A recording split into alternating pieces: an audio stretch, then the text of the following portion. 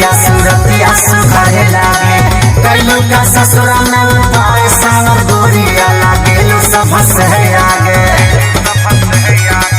कौन दवाई खैली हो पहले से गैलू चिकना सावर गोरिया सूरतिया सुखाए लागे कैलू का ससुरा में उपाय सावर गोरिया लागेलू सब हंसे आगे। बोलो कि मारे मुझसे दुख भागेला मारे मुझसे दुख भागेला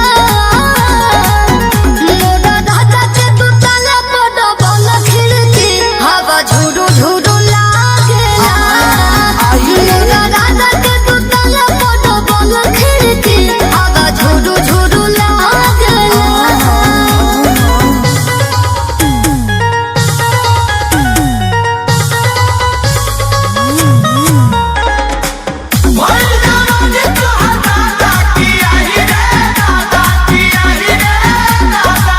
लक्ष्मीनिया कहि के राजा जी बोलावेले मलकिनिया कहि के हमके पोल्हावेले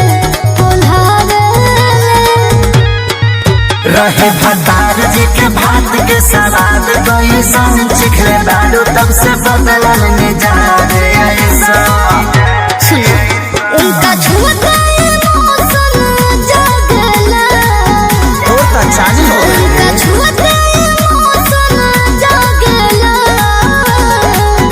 मोरा राजा के तू ताला बड़ा बल खिड़की हवा झुरु झुरु लागेला मोरा राजा के तू ताला बड़ा बल खिड़की हवा झुरु झुरु लागेला।